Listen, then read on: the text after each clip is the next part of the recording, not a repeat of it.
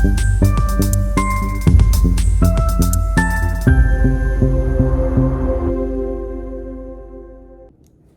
guys, it's Tanner. Welcome to Designer Friends. Today I actually wanted to talk to you about electrical and what all you need to be thinking about if you are renovating, if you are building new construction, or if you, wherever it is that you feel like you have the opportunity to go behind the walls and change things up.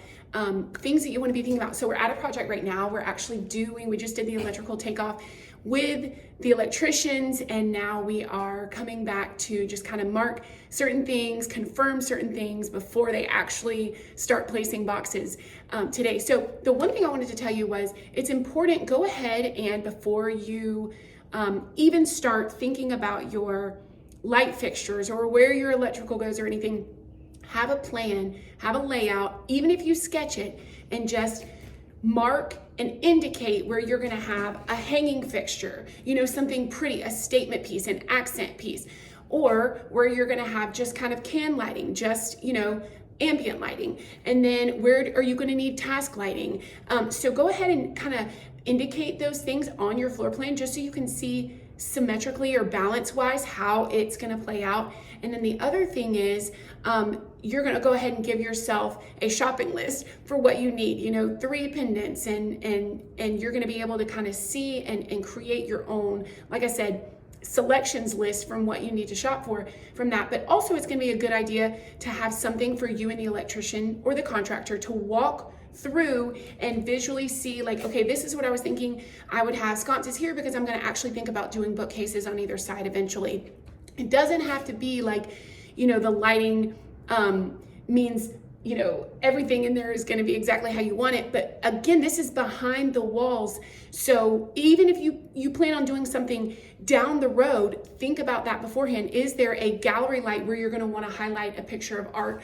Or is there a spot where you're going to want to hide an appliance where you need an outlet hidden somewhere? So again, think in the long run when you're laying out this space plan, how might you change up this room, and would there need to be an electrical change accordingly? So when you're laying that all out, think about, again, where you're going to have dramatic light and accent lighting, and then where you're going to have just kind of your general lighting, and put that out. And then think, though, where do I want to be standing when I turn these things off? So if you don't indicate to an electrician where exactly you want your switch boxes and everything, then they're just going to kind of put them where it makes the most sense to them. And 90% of the time that works out fine.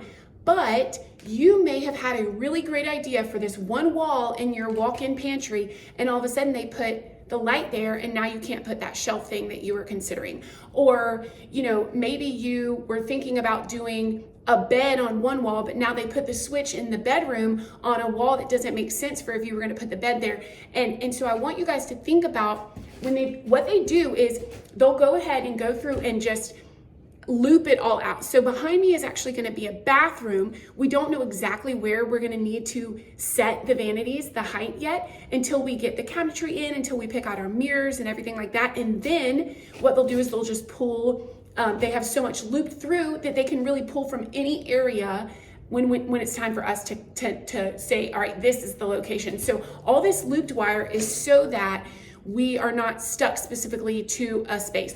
But then if you see, like in the back, like the fan can, or the things that are like meant to go over a shower, which is like a task lighting, those are going to be in their spots. So those things you need to make sure when you're walking through with your electrician, they are in the exact spot that you want them. Those task lighting pieces don't move. And like I said, those boxes where you're going to switch on doesn't move. So walk through your space, and if you don't have it built yet, like I said, walk yourself through your plan, through your layout. When you're seeing these light fixtures, think, when I'm in my kitchen, where do I want to turn on my pendants? Do I want an access to the pendants next to my sink? Do I want it when I walk into the kitchen? Do I care about having my pendants on when I walk into the kitchen? So all these things, be mindful of, not just the pretty light stuff. There's a lot that goes into the back end. And then, like I said, for wall sconces and things like that, they can loop wire and just know that we're going to pull it through the wall, but you don't have to have that exact location yet, especially if some of your furnishings or styling or decor is going to determine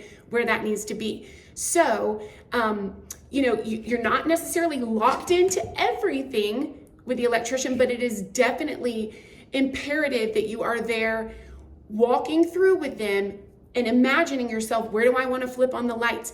Does this feel balanced out here? If I have a more dramatic piece in my laundry room, then does it feel silly to not have a dramatic piece in the bathroom that's right next to it? Probably. You want to probably still balance those out because you don't want a certain room to feel overdone than the others, or less thought about than the others. So again, start with a layout.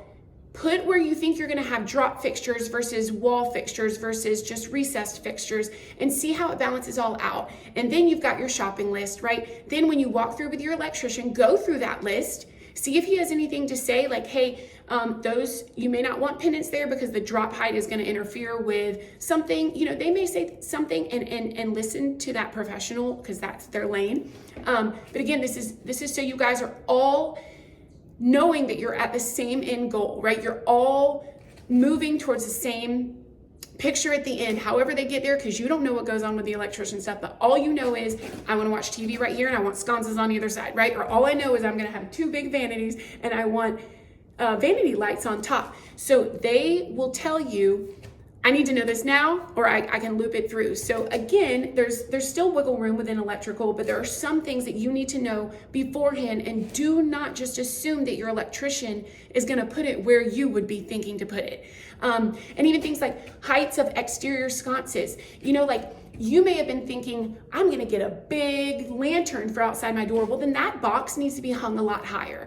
In versus if you're just getting a little 5 or 6 inch one, it needs to be hung lower or it's gonna look silly. So that's why it's important to just, again, when you're talking about your lighting and your electrical, the fixtures are definitely important, but going behind the scenes, making sure that it's balanced out, where you want to be able to access those fixtures or turn on and off those fixtures, or have where you want on and off versus dimmer on those fixtures, because one switch can dim a light and then one can just flip it on and off the same light. So again, if you need help with your electrical and you're like, I just have no idea, this doesn't make sense to me right here, like how do I balance this out, or how would this work in this scenario, reach out to us. And if you want to have more designer friends conversations about all things home and design, then subscribe, and we'll see you next time. Bye guys.